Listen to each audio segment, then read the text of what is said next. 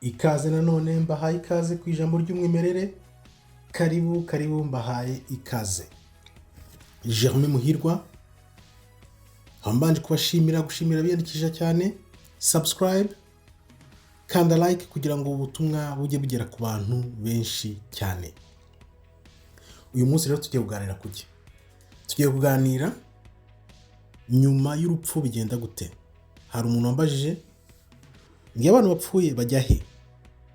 Iki ntabwo ari igisubizo umuntu yahita abona uwo mwanya. Kugira ngo tugere ku gisubizo nyacyo, tuzifashisha nk'ibice bigera kuri 5, 10, sinzi kugeza aho tuzabonera igisubizo nyine. Ariko ngewe nahisemo gukoresha ubutumwa bumwe na bumwe kugira ngo tuzarebe uko tuzagera ku gisubizo cy'ibi bintu. Kandi umubwiriza 7:4 aratubwira ngo umunyabwenge atekereza ku rupfu, ariko umupfapfa atekereza agira ibihe byiza gusa. Umubwiriza 7:4, niba uri umunyabwenge utekereze ku rupfu, nimba uri umupfapfa umva ko you are just going to have a good time, ugiye kugira ibihe byiza gusa. Dukomeze rero, kandi ndumva nta hantu mugiye kujya. Kanda like tugende tuzamuke kugira tuganire kuri ibi bintu tugomba kubiganiraho. Ibi bintu byose twahishwe tutabwirwa, twumva uko bimeze, nawe ubyiyumvire. Reka turebe rero uko bigenda iyo abantu bavuye muri ubu buzima. Nkaba nongeye kubashimira mbere yo kwinjiramo nanone, mukomeje kwiyandikisha muri benshi. Mbona ko umunyotewe kuri koko, kuko ibi bintu hariho umuntu uza agahita yandika sinzi yaba avanye ibintu. Ngewe ibintu bimazemo imyaka 10-15 kurikira ukuri kugira ngo nshakishe ukuri. Urugero nkunda gutanga biriya bintu bya 2019 bijya kuza, byamaze nk'imyaka 10 tubizi, kuko biza nta n'uwabyegereye ko twari tubizi twese. Dukomeze rero, ibintu biri kwihuta cyane kuko nge nta muntu mpatira kwemera ibyo mvuga nk'uko Kristo yabigenje. Gusa umenye ko imitekerereze iri muri bino bihugu by'abazungu ihabanye kure cyane n'imitekerereze yo muri Afurika. Ibyo natanga urugero bya 2019 uko byagenze, mwarabibonye mwese ngo abantu barabibahatiye. Benshi twarababwiye tubabwiza ukuri, mwijyayo baranga baranangira, ariko bwarakeye umwanzi umubisha abiraramo abacuramo inkumbi. Nkaba rero ngira nti mureke tuganire, buri muntu afite uburenganzira bwo gutanga igitekerezo cye, nta kibazo. Tanga igitekerezo cyawe uko ubishaka, tuganire, twige, twese turi kwiga. Twaje hano kuri nosi, nkubaze waje hano kuri nosi waje gukora iki? Gahunda yawe ni iyihe kuri nosi? Umuntu akubajije kuri nosi waje kwakora iki, wamusubiza iki? Ibyo bintu nibyo ugomba kwibaza mbere yo gusubiza ibintu. Wenda ndabyumva, wenda hari igihe wenda bishobora kuba abantu ari byo babwiwe, ari byo batekereza, ariko mukanguke, kuko igihe kije twinjiye mu gihe cyo kumenya cy'ubwenge. Iyo ndebye imitekerereze y'abantu bari muri Afurika, cyane cyane abanyarwanda, hari imitekerereze ukuntu abazungu batekereza, hareba natwe uko dutekereza turi hano, n'ibintu bihabanye. Nk'ubu ejo nandika ko Eve ashobora kuba atarashutswe n'inzoka. Abantu bamwe baravuga no ntibishoboka, ngo uri guhakanya Imana. Njye ntabwo mpakanya Imana na rimwe, ntibikabeho, kuko aho navanye agakiza, uko Imana nabonye nkakumenya ukuri mbona, ibyo Imana ishyiraho, ibyo bitabo benshi barabibonye, ibitabo nandika, ibyo nanditse iby'intambara ya Ukraine muri 2010, 2022 biraba, nandika iby'u Rwanda 2014, urabona 2025 uko bimeze, n'ibindi byinshi nababwiye.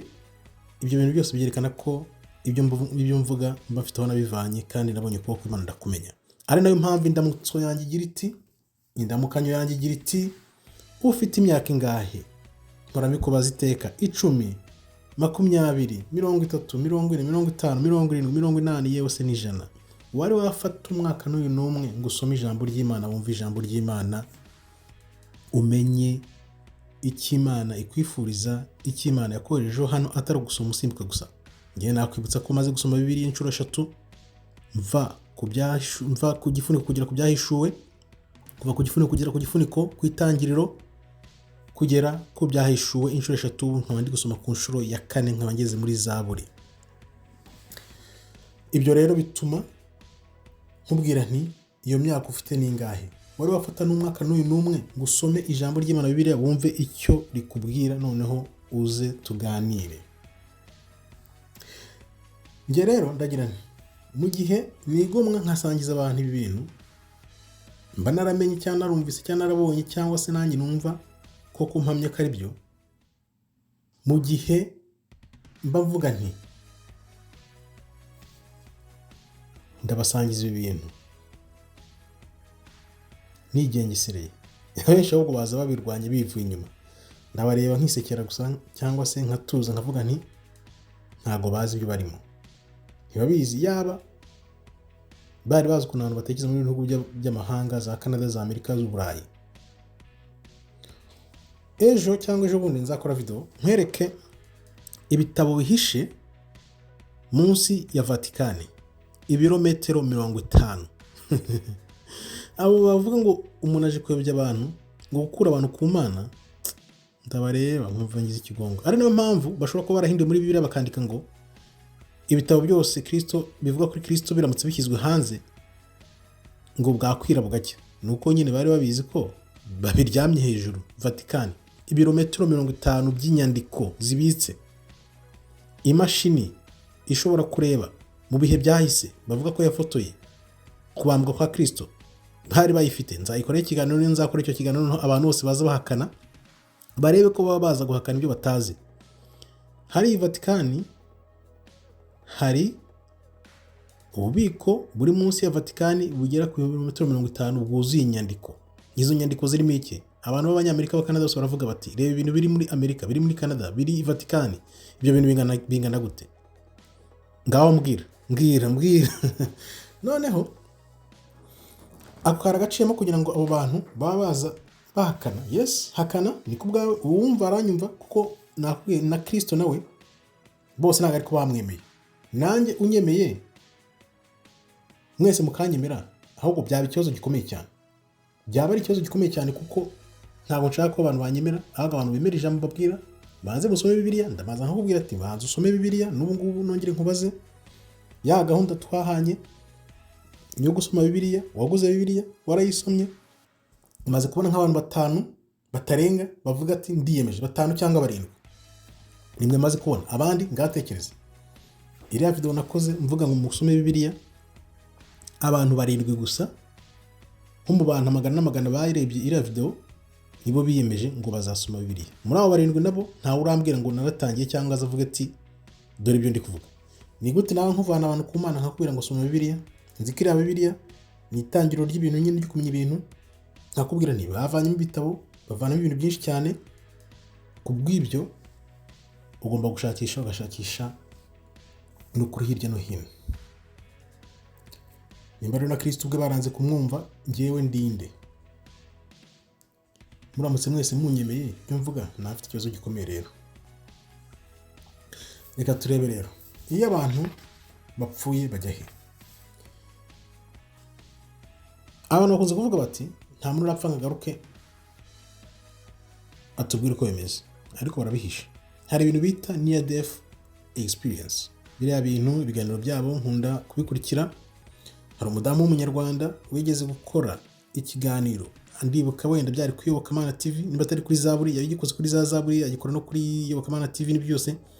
Numva ubuhamya atanze bw'ibyamubayeho, ukuntu yavuye mu mubiri akagenda akagaruka, asanga bari hafi kumushyingura. Byose arabivuga, avugamo iby'amazu y'akataraboneka ari yo ngiyo mu ijuru.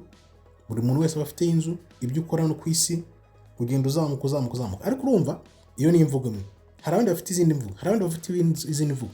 Ni ukuvuga imvugo z'abantu bagira near death experience bakagaruka mu buzima ziranyuranye. Bivuze iki? Ariyo mpamvu nakubwiye nti uyu munsi turatangira kuri iyo mvugo ya mbere, ya kabiri, ya gatatu, ya kane, none tuzagenda tubihuza turebe icyo bahuriraho. Bafite ibintu baba bahuriraho bose n'ibyo batandukaniraho.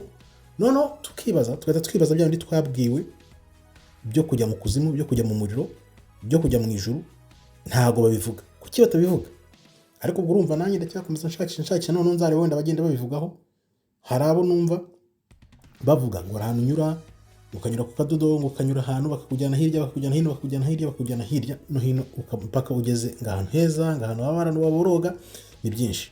Urumva ngiye ko nabitekereje, tuzafata ubuhamya bw'abantu runaka bafite ibyo bahuriyeho, tubishyire wenda mu gatebo kamwe, n'ubundi buhamya bw'abavuga ku by'umuriro tubishyire mu kandi gatebo, n'ubundi buhamya noneho bw'abavuga ukuntu bagenda bakabona abantu baririmbe, byose ibyo tubishyire hamwe. Noneho rero nitumara kubishyira hamwe, dukore wenda nk'ubwo butebo butatu, noneho turebe icyo bahuriyeho, turebe icyo batandukaniraho, noneho turebe n'ijambo ry'Imana uko rivuga, turebe dushakishe, turebe mbese uko biba bimeze. Ariko byanze bikunze nzi neza ko nyuma y'ubuzima hari ubundi buzima, kuko benshi baravuga bati iyo bagezeyo bumva buzuye urukundo ku buryo no kugaruka kuri ino si baba batabishaka, ngo babone isi isa nabi yanduye cyane, bumva bari mu rukundo ruhebuje. Reka dutangire kuri uyu muntu wa mbere rero.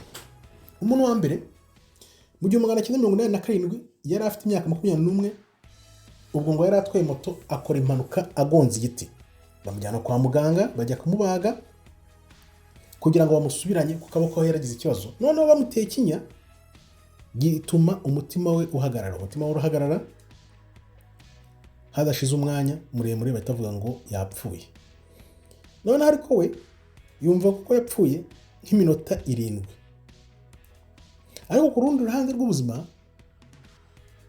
aho yagiye nyine we avuga aho yagiye, ku rundi ruhande avuga ko nta gihe kihaba, we yabonaga nk'amaze nk'isaha. Yafunze amaso abona ahantu yari mu nyubako nziza, ariko wakibaza ko ibitaro yari arimo bitaba ari binini gutyo, kuko we ngo ntabwo yari azi ko yapfuye.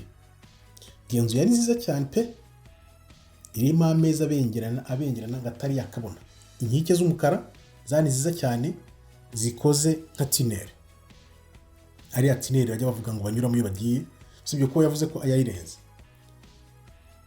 Niyo winjiye mu bugingo buhoraho rero, uhita ubona umuntu wita kuri roho yawe akakwibwira, niwe uguha ibyo uvuga iyo ugarutse. Yumva bavuye mu mubiri ntibagumeyo nyine, ntibapfe burundu ngo bagumeyo, bakagaruka. Uwo muntu rero wita kuri roho yawe iyo uhageze niwe ukubwira byose.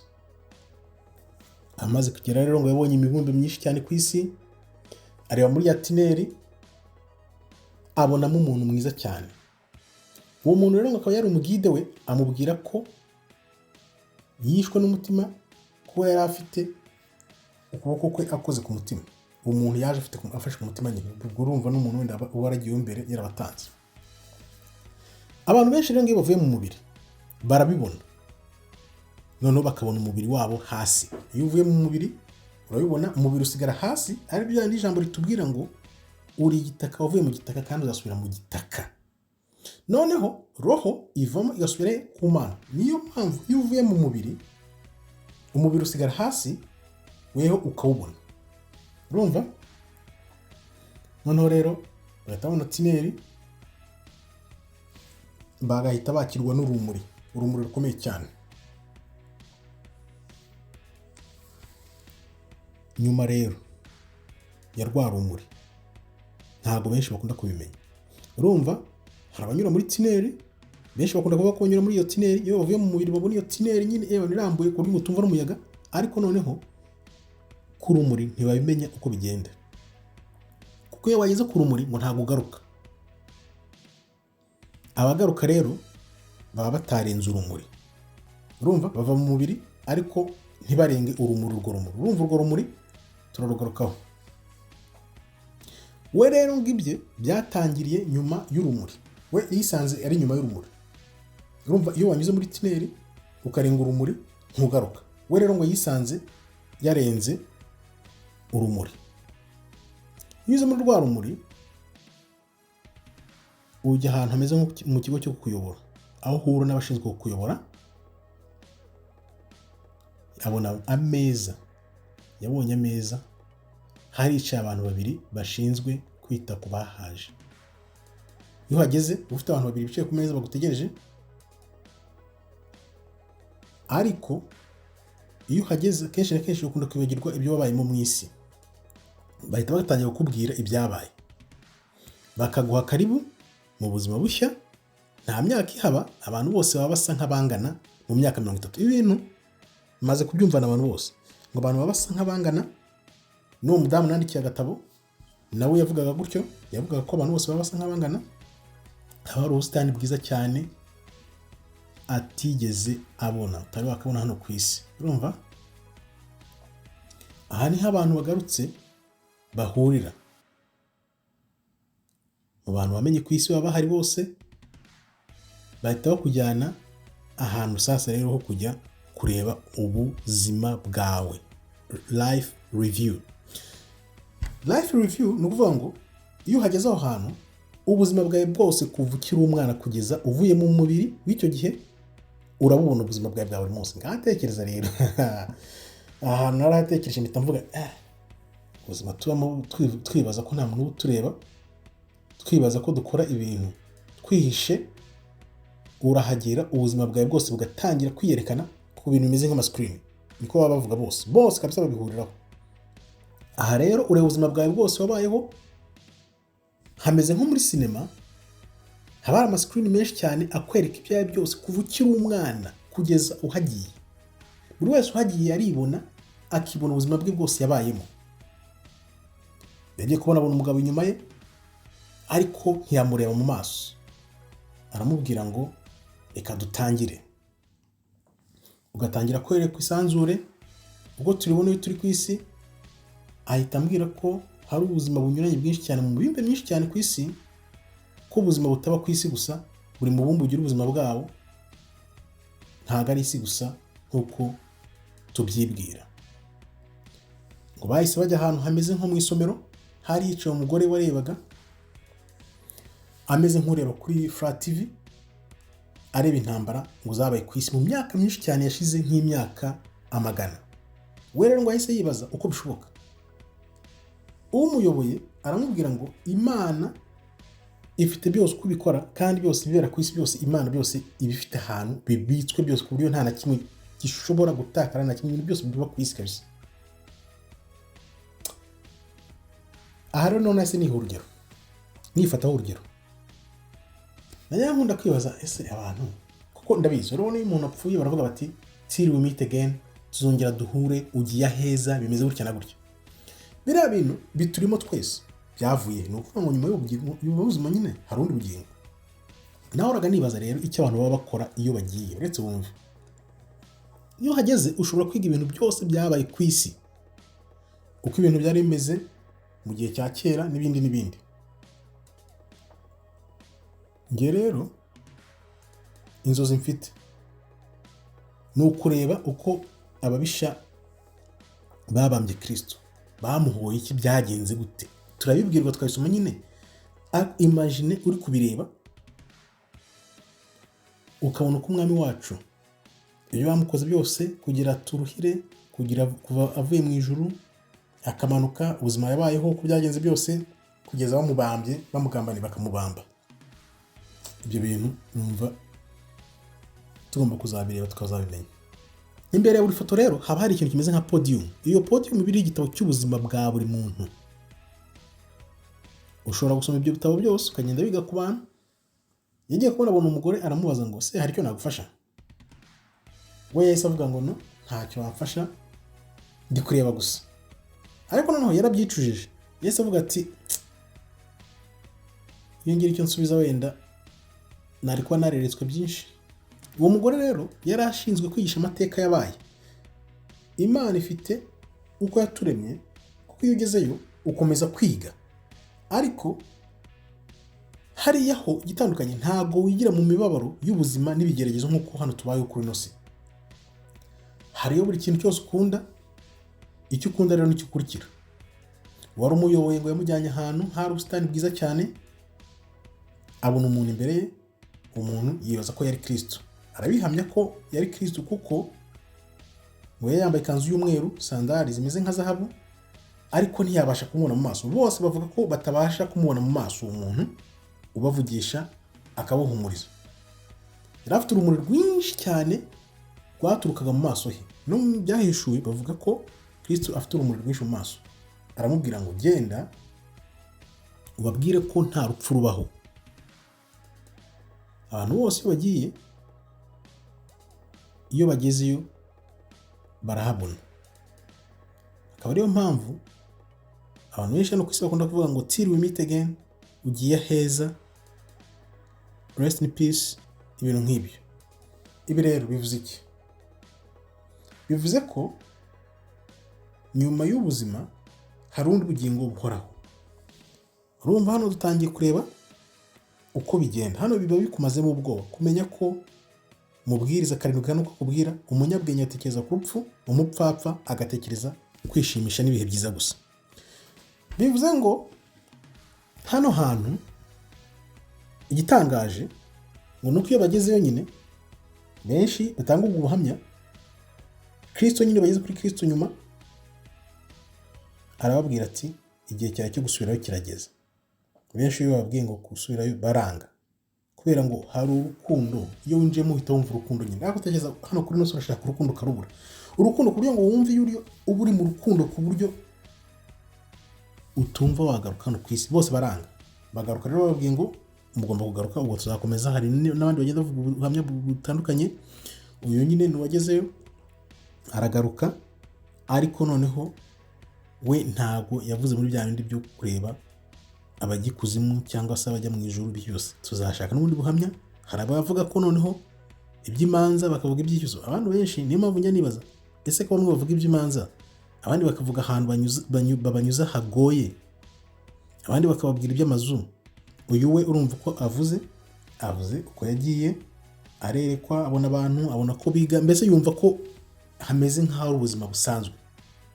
Bitera kwibaza rero, kavuga ati aba ko bavuga ibi bakavuga ibi bakavuga ibi. Ariko njye naje gutekereza ndasanga ko Imana irakomeye. Reba abantu miliyari na miliyari turi hano ku isi, isanzure uko ringana. Ni ukuvuga ngo buri wese yerekwa agace ke gato, niko njye nabibonye. Noneho nyuma nibo tuzareba uko noneho iyo bagumyeyo uko bigenda, abagumayo uko bigenda, uko bizagenda noneho kuzageza wa munsi wa nyuma w'urubanza. Kirero akaba ari igice cya mbere, tugenda tureba twegera uko iyo abantu bavuye muri uyu mubiri, iyo abantu bapfuye aho bajya uko bigenda. Twibutse ko hamaze kugenda abantu barenga miliyari zirenga 100. Narabibaze nkiga Bibiliya bwa mbere, tore wenda ko abantu bamaze kunyura kuri nosi bose bangana na miliyari zirenga hafi 100. Turebye kuri ya myaka bavuga isi imaze 6,000. Ni ukuvuga ngo rero abantu baba bari aho bategereje ibyo bakora, tuzagenda tubyinjiramo gahoro. Uyu ni umuntu wa mbere, urumva version y'umuntu wa mbere. Tuzafata uwa kabiri, dufate n'uwa gatatu, noneho tugende tureba koko dushungure turebe. Kuko uwa kabiri we yarakubwira nti wigira ubwoba no kutizera nibyo biduteza ibibazo muri nosi. Uwa kabiri wenda nzamukurikiza wenda nko mu minsi 2 maze nayo kwandika ibye, none mbibasangize murebe ko ntabwo tumba kugira ubwoba. Yes, twaje muri nosi kubera ko ariyo twamenye. Iyo bavuze urupfu abantu bose baratinya, ariko iyo utangiye kumva ibintu nk'ibi bigenda bigukangura, bikakuvana mu ubwoba. Noneho iyo ubwoba bugushizemo nibwo utangira kumenya, none ukibaza ati iyi si naje gukora iki? Kuko benshi babicuza impamvu batarangije gahunda zabo hano ku isi. Niyo mpamvu numara kumva ibintu tukagenda tubyinjiramo, kumva ukuntu bavuga bose, bizagutera umwete wo gushaka icyakuzanye hano kugira ngo utangire noneho urebe ko wagisoza. Ariyo mpamvu abantu benshi batinya urupfu, ko babazi ko muri bo nyine umuntu kurimo imbere we aba yumva ko nyine gahunda yamuzanye ntabwo yayirangije. Tangiye dushishikare rero turebe ko twasoza gahunda yatuzanye. Icyo kikaba ari igice cya mbere. Ahasigaye kanda like, nimba wumva ko ibintu tubiganira, kanda like, dukomeze dushakishe turebe nuko bigenda, tumenye ibintu. Ibi byose twabonye ko tubizi ku buryo nta muntu uba hano ku isi afite ubwoba ngo none byagenda gute. No, Imana irakubwira ati genda ubabwire ko nta rupfu rubayo. Nta rupfu rubaho iyo wamaze kuva muri uyu mubiri nyine. Urumva tuza hano nyine kugira ngo dusoze gahunda zacu hano ku isi, noneho nyuma y'ubuzima tuzabona ubugingo buhoraho. Urumva ko hari ubugingo buhoraho. Tukazakomeza ubutaha rero. Mbashimiye, mukande like, mubisangiza abantu, mwiyandikishe, none muze dushakishe ukuri byanze bikunze. Uko kuri nzi neza ko kuzabatura benshi, noneho tugakurikira umwami wacu Kristo Yeshua Hamashiya nta mususu, nta dushize impumu, kuko byanze bikunze ukuri kuzaganza kugatsinda, niko tuzatsindisha umubisha ushaka kwigarurira isi n'abantu ikiri mu muntu. Murakoze rero, Imana ikomeze ibarinde. Shalom, shalom, toda raba, tov meyod.